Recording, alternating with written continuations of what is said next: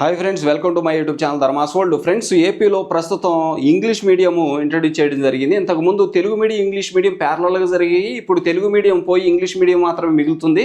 కాబట్టి తెలుగు మీడియం కంపల్సరీగా ఉండాలి, తెలుగు మీడియం సబ్జెక్ట్ ఉండాలి, తెలుగు మీడియం సెక్షన్స్ ఉండాలి. అలా ఉండటం వల్ల టీచర్ పోస్టులు పెరుగుతాయి. అలాగే విద్యార్థులు తెలుగు మీడియంలో చాలా అవలేలుగా చదవగలుగుతారు, ఎక్కువ నాలెడ్జ్ని గ్యాదర్ చేయగలుగుతారు. వాళ్ళకి అవకాశం ఇవ్వాలి. పక్క రాష్ట్రాల్లో మరి తెలుగు మీడియం అన్ని వాళ్ళ యొక్క మదర్ టంగ్లోనే విద్యాబోధన జరుగుతూ ఉంది.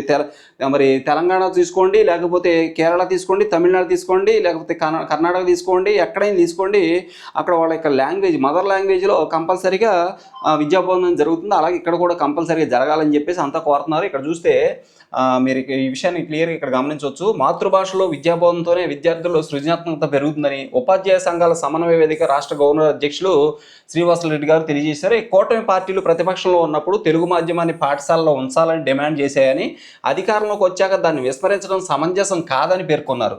ఇక తెలుగు నేలపై తెలుగు మాధ్యమం లేకపోతే భావితరాలు తీవ్రంగా నష్టపోయే ప్రమాదం ఉందని చెప్పేసి వాపోయారు. మన సంస్కృతిని కాపాడుకోవాలన్నా, విద్యార్థులకు మంచి భవిష్యత్తు ఇవ్వాలన్నా తెలుగు మాధ్యమాన్ని కొనసాగించాలని చెప్పేసి అందరూ కూడా వక్తలు కోరుతా ఉన్నారు. కాబట్టి తెలుగు మాధ్యమంలో విద్యాబోధన అనేది కంపల్సరీ ఉండాలి. దానికి ప్యారలల్గా ఇంగ్లీష్ మీడియం ఎట్లాగో కొనసాగుద్ది, తెలుగు మీడియం ఉంటే ఇంకా మంచిది అని చెప్పేసి అందరూ భావిస్తున్నారు. Thank you so much for watching. Please share this video and subscribe my channel.